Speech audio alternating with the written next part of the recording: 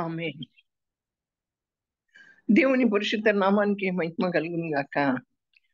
మన ప్రభువును, ప్రియరక్షకుడును అయిన యేసు ప్రభు యొక్క నామంలో దేవుని సన్నిధికి కూడి వచ్చిన మీ అందరికీ కూడా పేరు పేరు వరుసన నా వందనాలు చెల్లిస్తున్నాను.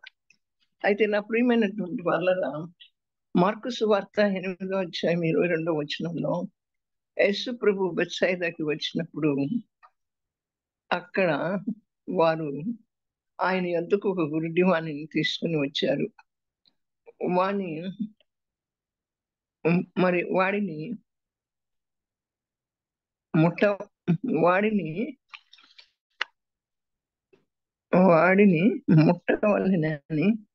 ఆయనను వేడుకున్నారు.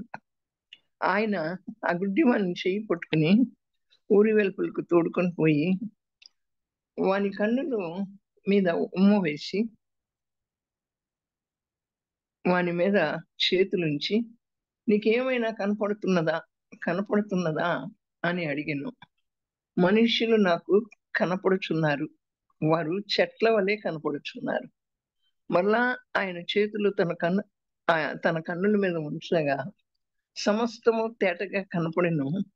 వాడు తేరి చూచి కుదర్చబడి సమస్తము తేటగా కనబడుచున్నదని.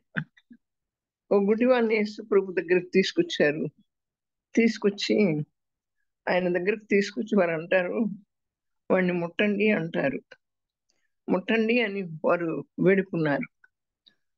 ఆయన ఆ గుడ్డివాణ్ణి ఏం చేశాడంటే చేయి పట్టుకుని బయటకు తీసుకెళ్ళి వాని కన్నులకి బురద రాసి నీకు కనపడుతుందా, వాని మీద చేతులుంచి నీకేమన్నా కనపడుతుందా అని అడిగాడు. మనుష్యులు నాకు కనపడుతున్నారు కానీ వారు చెట్ల వల్లే కనపడుతున్నారు అన్నారు. మరలా ఆయన చేతులు ఆ గుడ్డివాని కన్ను మీద ఉంచగా సమస్తము తేటగా కనపడింది. వాని చూపు కనపడకుండా చేసినటువంటి పొరలు కన్నులో నుండి రాలిపోయాయి. అనగా యేసు ప్రభు ఆ గుడ్డివాని కళ్ళ మీద చేతులుంచి ప్రార్థించినప్పుడు ఆ పొరలు రాలిపోయాయి, వానికి తేటగా కనపడింది. అలాగే మన కన్నుల్లో కూడా పొరలు ఉంటాయి. ఆ పొరలు రాలిపోతే మనం తేటగా చూస్తాం. ఇప్పుడు ఇదిగో మరి క్యాటరాక్ వచ్చింది అంటున్నాం, అదొక పొర అడ్డం పడబట్టే క్యాటరాక్ వచ్చేది. కంటికి శుక్లం అంటున్నాం, దానికి ఆపరేషన్ చేయాలంటున్నారు. అయితే అది ఆ పొర ఎప్పుడైతే మరి తీసివేయబడుతుందో అప్పుడు మన కన్నులు తేటగా కనపడతాయి. మరి ఇక్కడ యేసు ప్రభు ఆపరేషన్ చేస్తే మన కన్నుల మీద చేతులుంచి ఆపరేషన్ అంటే ప్రార్థన చేస్తే మన కన్నుల పొరలు రాలిపోయి తేటగా కనపడతాయి. అలాగే అతని కళ్ళ మీద చేతులుంచి ప్రార్థించాడు కదా, అతని పొరలు రాలిపోయాయి. అపోస్తుల కార్యం 9వ అధ్యాయం 17వ వచనంలో అననీయ ఆ ఇంట ప్రవేశించి అతని మీద చేతులుంచి, సౌలా సహోదరుడా, నీవు వచ్చిన మార్గంలో నీకు కనపడిన ప్రభువైన యేసు నీవు దృష్టి పొంది పరిశుద్ధాత్మను పొందినట్లు నన్ను పంపినాడని చెప్పాడు.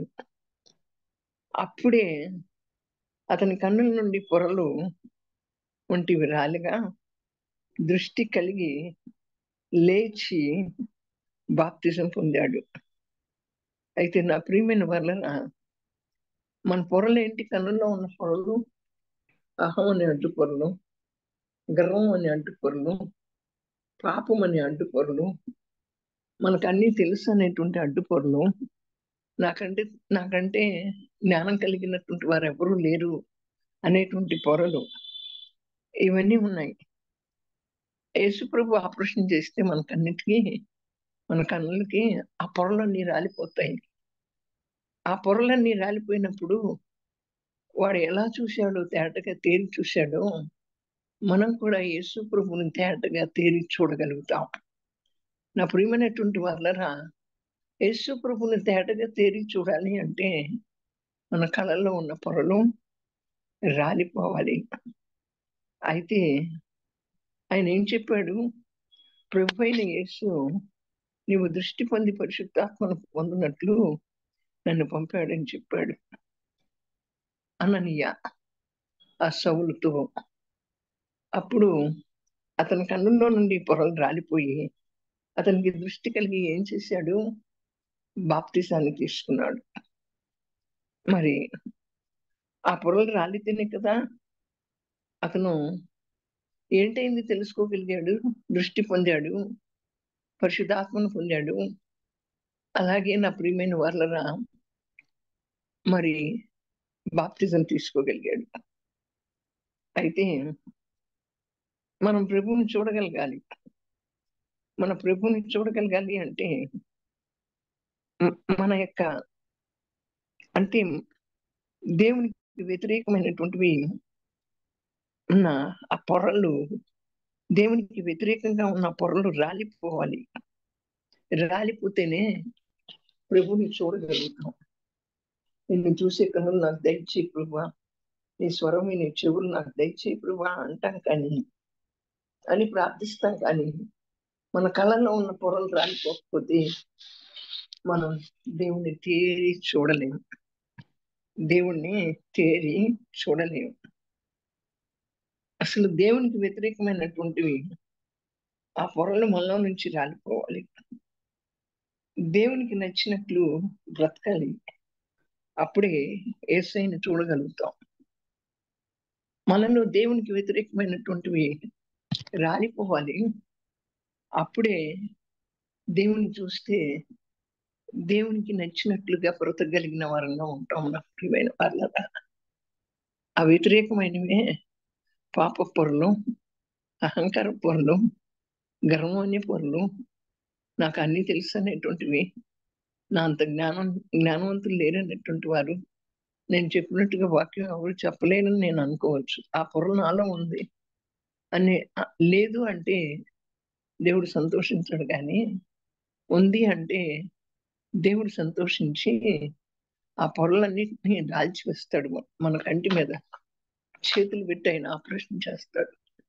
మన కన్నుల మీద చేతులు పెట్టి ఆయన ఆపరేషన్ చేస్తే అవన్నీ కూడా రాలిపోయి దేవునికి నచ్చినట్టు మనం బతకాలి. అవి రాలిపోయిన తర్వాతే దేవునికి నచ్చినట్టు మనం బతుకుతాం. అప్పుడే యేసయ్యని చూడగలుగుతాం. ఆ పొరలు రాలకుండా మరి దేవునికి నచ్చినట్టు బతకకుండా, దేవునికి నచ్చే విధానం ఏంటి? వాక్యానుసారమైన జీవితం, ఈ లోకాశ, నిద్రాశ, శరీరాశ, జీవ కుటుంబాలని వీటన్నిటినీ కూడా విడిచిపెట్టాలి. విడిచిపెట్టి ఆయనకి నచ్చినట్టుగా మనం బ్రతికితే ఆయన్ని చూడగలుగుతాం. నా ప్రియమైన వాళ్ళరా, యెషయా గ్రంథంలో దేవుని యొక్క వాక్యం అంటుంది, మరి మన పాపాలే, మన దోషాలే అడ్డుగా వచ్చాయి అంటుంది. అవును కదా, మన పాప పొర, మన దోషాలనేటువంటి పొర అక్కడ అడ్డుగా వచ్చాయి. మన మనస్సు తేటపరచబడాలి. మన మనస్సు తేటగా ఉండాలి. మనస్సుకు మరి కుళ్ళు పట్టకూడదు. మనస్సుకు కల్మషం ఉండకూడదు. మరి మన మనస్సు తేటగా ఉంటే మన కను దృష్టి కూడా తేటగా ఉంటుంది. ఆ పొరలు రాలిపోతాయి. మన మనస్సులో కుళ్ళు లేకపోతే అప్పుడు ఆ కను దృష్టి తేటగా ఉంటుంది. కల్మషం లేకుండా ఉండాలి. పాల వలె మన మనస్సు ఉంటే మన కన్నుల్లో పొరలు రాలిపోతాయి. అప్పుడు యేసు ప్రభువుని చూడగలుగుతాం. గుడ్డివానికి చూపునిచ్చి వాని కన్నులను తేట చేసి కుదిర్చిన దేవుడు మనల్ని కూడా కుదిర్చడానికి సిద్ధంగా ఉన్నాడు. మన కన్నులను కూడా తేటపరిచి ఆయన చూసేటట్లు చేస్తాడు. మనం యేసుతో గడపటానికి, యేసుతో నడవటానికి, యేసుతో నిలబడటానికి ఇష్టపడినట్లయితే మరి ఆయన మనలను తేటపరుస్తాడు. మనలను కుదిర్చి ఆ గుడ్డివాడిని ఎలా కుదిర్చి తేటపరిచాడు, ఆ రీతిగా మనల్ని కూడా కుదిర్చి తేటపరుస్తాడు. ఎందుకంటే ఆయనతో నడవాలి, ఆయనతో గడపాలి, ఆయనతో నిలబడటానికి ఇష్టపడాలి. మన జీవితాలను యేసు ప్రభు తట్టు తిప్పుకోవాలి. మన జీవితాలను యేసు ప్రభు చేతిలో పెట్టాలి. ఆయన మన హృదయం ఆయన తట్టు తిప్పాలి. గుడ్డివాడిని బాగు చేసిన తర్వాత ఆయన అంటాడు, నువ్వు ఊర్లోకి వెళ్ళొద్దు కానీ నీ ఇంట్లోకి వెళ్ళు అని అంటాడు.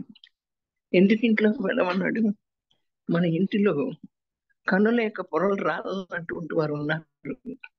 అవును, అందుకని నా కన్నుల పొరలు రాలిపోయాయి, నేను యేసయ్యను తేరి చూచాను అని ఇంటిలో ముందు ఆ సాక్ష్యం కనపడాలని ఆ ఇంటికి వెళ్ళమంటాడు. నా ప్రియమైన వాళ్ళరా, సేనా దెయ్యం పట్టినటువంటి వారు కూడా యేసు ప్రభు యొక్క పాదాల దగ్గర కూర్చున్నప్పుడు మీరు ఇంటికి వెళ్ళమంటాడు.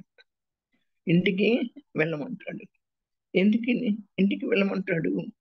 మనము ఆయన చూడగలిగితే మరి 10 మందికి ఉపయోగపడతాం. మన కుటుంబంలో మనం ఒక ముఖ్యమైనటువంటి దేవుని చూడగలిగినటువంటి వ్యక్తులంగా ఉంటాం. సమాజానికి ఉపయోగపడేలాగా చేస్తాడు. మన బ్రతుకుని యేసు ప్రభు చేతిలో పెడితే మన హృదయాలను కడుగుతాడు. మన హృదయంలో ఉన్న సకల దుర్నీతి నుండి విడిపిస్తాడు. అవును, నా ప్రియమైనటువంటి వాళ్ళరా, యేసు ప్రభు వైపు మన హృదయాన్ని తిప్పినప్పుడు ముసుగు తీసివేస్తాడు. మన హృదయం యేసు ప్రభు వైపు తిప్పినప్పుడు మన ముసుగు తొలగించబడుతుంది. మన ముసుగు తొలగించబడి ఆయనలో నిలబడతాము. ఆయనతో సహవాసం చేస్తాము. ఆయనతో సమయాన్ని గడుపుతాం. ఆయన పక్కనే మనం ఉండాలనుకుంటాం. మన ముసుగు తీసివేయబడినంత కాలం మరి అది ఆ వాక్యం కొరింథీయులకు రాసినటువంటి పత్రిక 3వ అధ్యాయం 14వ వచనంలో చదివితే ఆ ముసుగు తీయబడను అని చెప్పి రాయబడి ఉంటుంది. మరి ఆ ముసుగు తీయబడిన తర్వాత ఆ వెలుగు మన హృదయంలోకి వస్తే మన కన్నులు పొరలు రాలిపోతాయి. ఆయనను చూసినప్పుడు ఆ నీతి సూర్యుడు మన మీద ప్రకాశిస్తాడు. ఆ వెలుగు మన అరికాల నుండి నడినెత్తి వరకు తాకుతుంది. నీ సూర్యుడిక అస్తమించుడు, నీ చంద్రుడిక క్షీణించుడు, యెహోవాయే నీకు నిత్యమైన వెలుగుగా ఉంటాడు అని దేవుని లేఖనం సెలవిచ్చిన రీతిగా ఆయనే మనకు నిత్యమైనటువంటి వెలుగుగా ఉంటాడు.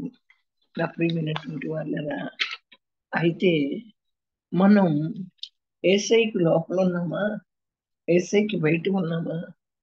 సత్యస్వరూపి ఆత్మ మనలోనికి వచ్చినప్పుడు మన కన్నుల యొక్క పొరలు రాలిపోతాయి. అయితే ఆత్మీయ నేత్రాలు తెరవబడతాయి. సత్యస్వరూపి యొక్క ఆత్మ ఆ పరిశుద్ధాత్మ మనలోకి రావాలి. మనం పరిశుద్ధాత్మ అగ్ని అభిషేకంతో నింపబడాలి. కొలతలేని అభిషేకంతో నింపబడినప్పుడు మన కంటిలో ఉన్నటువంటి పొరలన్నీ కూడా రాలిపోతాయి. మనలో గర్వం ఉండదు, మనలో అహంభావం ఉండదు, మనలో పాపం ఉండదు. పాపం అనే పొర ఉండదు. మన దోషాలు మరి మన పాపాలు ఆ పొరలన్నీ కూడా రాలిపోతాయి. కనుక సత్యస్వరూపి యొక్క ఆత్మ మనలోకి రావాలి. నా ప్రియమైనటువంటి వాళ్ళరా, సత్యస్వరూపి యొక్క ఆత్మ మనలోకి వచ్చినప్పుడు మనలను మనం తగ్గించుకుంటాం. యేసులో ఉన్నట్లయితే మనం అంటే ఇది మనలను మనం తగ్గించుకునేటట్లుగా చేస్తుంది. ఈ సత్యస్వరూపి అయినటువంటి ఆత్మ మనం యేసులో ఉంటే మన యొక్క ప్రతి ఒత్తిడి, మానసిక మరి వేదనలు, ఒత్తిడులు, రోగాలు, శ్రమలు, బాధలు, నిందలు, అవమానాలు, మానసిక ఒత్తిడులు తీరిపోతాయి. అప్పుడు మన జీవితానికి శ్రమలు ఉండవు. యేసు ప్రభుని తేరిపార చూస్తూ యేసు ప్రభుకి అప్పగించుకుంటాం. మనం దేవుని చిత్తాన్ని చేసేటువంటి వరంగా ఉంటాం. దేవుని చిత్తాన్ని చేయక చాలా మంది నష్టపోయారు నా ప్రియమైన వాళ్ళరా. మరి అటువంటి వారిలో మనం చూస్తే నయోమి, యోన, అబ్రహాం కూడా దేవుని చిత్తాన్ని చేయలే. దేవుని చిత్తాన్ని అడిగి ఆగర్ని మరి ఆగర్తో సహవాసం చేయలే. అలాగా మన కన్నుల యొక్క పొరలు రాలిపోవాలి. మన కన్నుల యొక్క పొరలు రాలిపోతే మనం దేవుని తేరిపార చూస్తాం. మరి నిజమే. ఆ పొరలు రాలిపోతే మనల్ని మనం తగ్గించుకుంటాం. దేవుని మాటకు లోబడతాం. దేవునికి విధేయత చూపిస్తాం అని చెప్పి దేవుని యొక్క లేఖనం సెలవిస్తాం. కనుక నా ప్రియమైనటువంటి వాళ్ళరా, దేవుడు నీతో నాతో మాట్లాడాడు. ఆ గుడ్డివాని పొరలు రాల్చివేశాడు. గుడ్డివాని కళ్ళు తెరవబడ్డాయి. యేసయ్యని తేటగా చూచాడు. అప్పుడు నువ్వు ఊర్లోకి వెళ్ళక ఇంటిలోకి వెళ్ళమన్నాడు. ఇంటిలోకి వెళితే ఆ ఇంటిలో ఆ దేవుని యొక్క మహిమ ఏంటో కనపడుతుంది. కనుక అలాగే సౌలు ఇంటికి అననీయ వెళ్ళి, నీకు దమస్కు మార్గంలో కనపడినటువంటి యేసు ప్రభు నీ ఇంటికి వెళ్ళి నీ కళ్ళ మీద చేతుల నుంచి ప్రార్థన చేస్తే నువ్వు కనుచూ నీ పొరలు రాలిపోయి మరి పరిశుద్ధాత్మను మరి పొందుకుంటావు అని చెప్పారు. అన్నప్పుడు అట్లాగే అననీయ ఆయన కన్నుల మీద చేతుల నుంచి ప్రార్థన చేసినప్పుడు ఆ కంటి పొరలు రాలిపోయి ఆ యొక్క దేవునిని చూడగలిగిన దృష్టి, దేవుణ్ణి చూడగలిగిన ఆత్మీయ నేత్రాలు అతనికి వచ్చాయి. అతను బాప్తిజం తీసుకున్నాడు. సత్యస్వరూపి ఆత్మ మనలోనికి రావాలి. మన జీవితాన్ని యేసయ్యకి సమర్పించుకోవాలి. ఆయనతో గడపాలి, ఆయనతో నిలవాలి, ఆయనతో నడవాలి. ఇవన్నీ కూడా దేవుడు మనకు నేర్పించాలని, ఆయన్ని మనం చూడాలని, ఆయన ముఖ దర్శనం మనం చేయాలని ఆయన కోరుకుంటూ నీతో నాతో ఈ వాక్యం ద్వారా తేటగా సూటిగా పహాటుగా మాట్లాడినందుకు దేవునికి ఏమిచ్చి మనం రుణం తీర్చుకోలేం. కానీ మన రక్షణ పాత్రను చేతపట్టుకుని కృతజ్ఞతాస్తుతులు చెల్లించవలసిన వారంగా ఉంటున్నాం. నా ప్రియమైనటువంటి వాళ్ళరా, దేవుడి వాక్యాన్ని మన అందరి వినికిడిలో దీవించి ఆశీర్వదించి ఫలవర్తించేయను గాక. ఆమేన్.